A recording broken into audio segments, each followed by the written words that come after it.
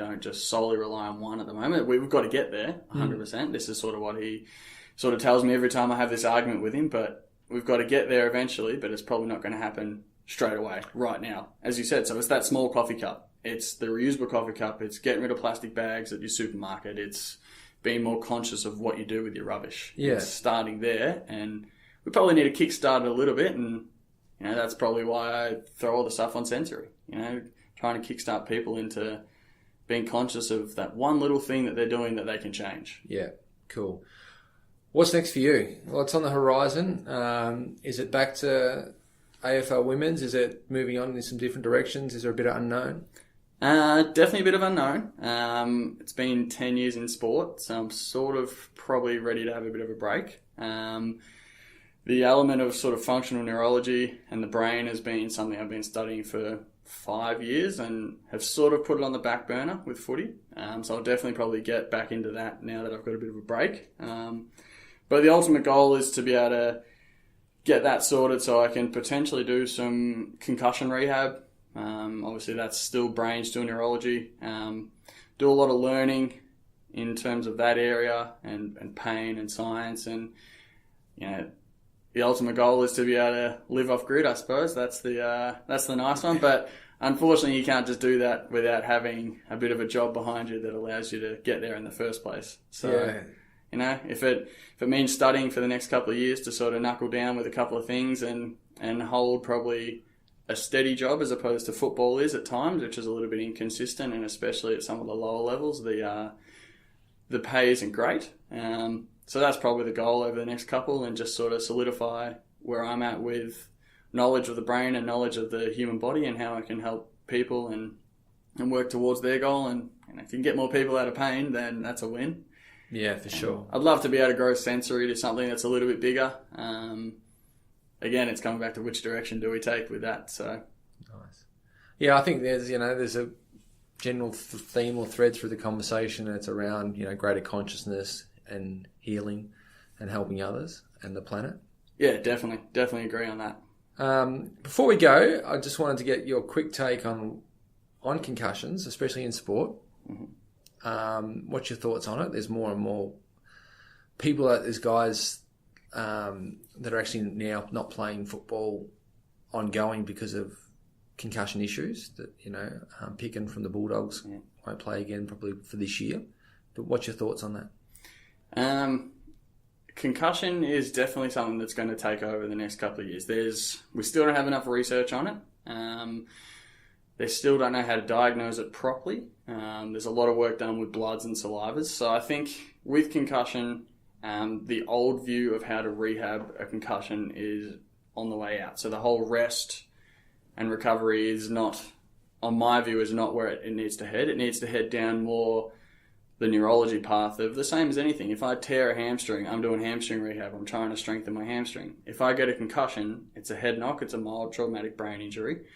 I've got all these cranial nerves, which are sensors. So we look at eyes, ears, nose, all these different things connect to the neck. You've got all these things that just get left out. If I cop 3 concussions and I'm dizzy, probably need to look at your vestibular system and how do I retrain that to then get better. It's not just about sitting on a couch and going, oh yeah, running will improve, or you'll get better, you'll all of a sudden start to lose your headaches. As a perfect example, Liam Pickin. Obviously I don't know any details of him, even though he's at the Bulldogs. How do I know that he's not still dizzy when running? He could still have vestibular issues. And it's still very new, that stuff, so it's still on the back burner. And there's still a lot of people who are very cautious to go, yeah, cool, let's do some vestibular rehab around that. So I think that's where it needs to head. It needs to be treated like any other injury, that it's not just like, okay, we rest you for a concussion because you're feeling sick, you got a bit of light sensitivity.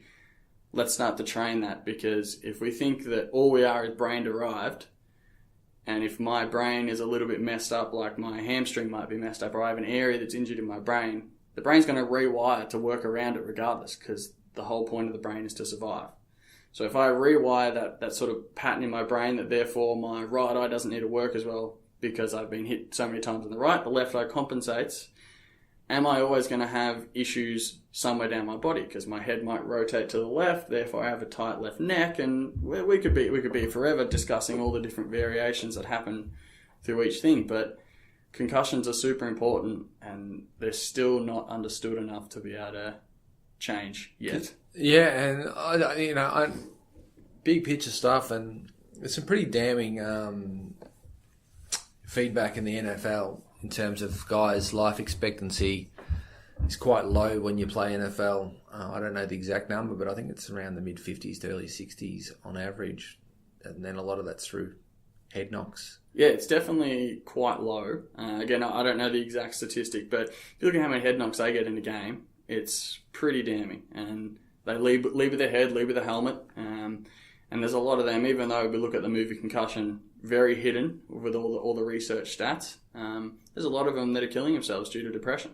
Yeah. Again, so, and how do we know is, again, if we look at it on a brain level, where does emotion come from? We're looking at like the basal ganglia, amygdala. What if I've had a firing pattern that's been damaged through said thing, and therefore I can't pick up someone's speech, or I can't communicate with someone as well? Oh, and I imagine the footballers or NFL players, ice hockey players that then, go into their careers a certain person, and how they shift from the hits 10 years on. Are they, as empathetic? Are they as compassionate? Have parts of those wirings of the brain been hit and rumbled a few times where they've lost, that prefrontal cortex part of their brain a little bit, and they're, potentially struggling. Yeah, I guarantee it happens. You see a lot of people retire, and we see even in AFL right now, like depression is quite high among male footballers, probably from varying results and varying reasons. As we know, depression is already quite high in males as is, but yeah, I imagine that there's some of that due to a lot of head knocks. I can't remember which. Like you look at like Jonathan Brown for a perfect example, played footy for years and years and years, but always going hard, had many head knocks, and he would probably agree that himself. He's probably come out a bit different than when he started. Yeah. And he's changed his thoughts. He's changed that. David Parkin played footy years and years and years ago, and he's now dedicated his brain to concussion research for when he dies. So it's gonna be some pretty cool stuff coming out with it in the next 5-10 years. Could it ever get to a stage, you think, where sport doesn't involve the head in terms of there's no, football changes to a point where it doesn't have the contact ability, or NFL where there's potentially no NFL. NFL as we know it doesn't actually take place because the research gets to a point where it's like, this is, almost shortening life expectancy by 30, 40 years, and this is not worthwhile playing anymore. That's a really good question and interesting thought. Not something I'd really thought about, but yeah, if the research was damning enough, I think that's like anything. If the research is big enough and you go, yep, cool, we're losing 30 years on your life expectancy to play sport, people will either stop playing the sport in general. Yeah. Which, you look at even soccer now, there's a lot of kids that under the age of, I think it's under 14s, they're not allowed to use headers because of the impact force on that. So that's already changed the game there. We look at the sling tackle in AFL. It's definitely going to change. And I suppose looking at it in some sports, there's some sports that are contact, and in the exact same sport they aren't. So women's ice hockey is contact, must wear a closed caged helmet, where men's, it's full contact and they can wear a visor. So you look at the differences between that. I guarantee there's probably more concussions in men's hockey because of that exact reason. But then hockey, NFL, they're all big businesses. That's what I mean. So, it's this tension between health of the people and, again, the money that's being made. And that's why the NFL have, and I'm sure they will continue to do so, keep hiding some of the research data that comes out on concussions. Yeah. Because if it gets too damning, then they'll have to change their sport. It's at risk. Yeah. Mate, where can people find you? Pretty much Sensory Imprint on Instagram is probably the best way to find me. And you're sort of hoping that people don't find you.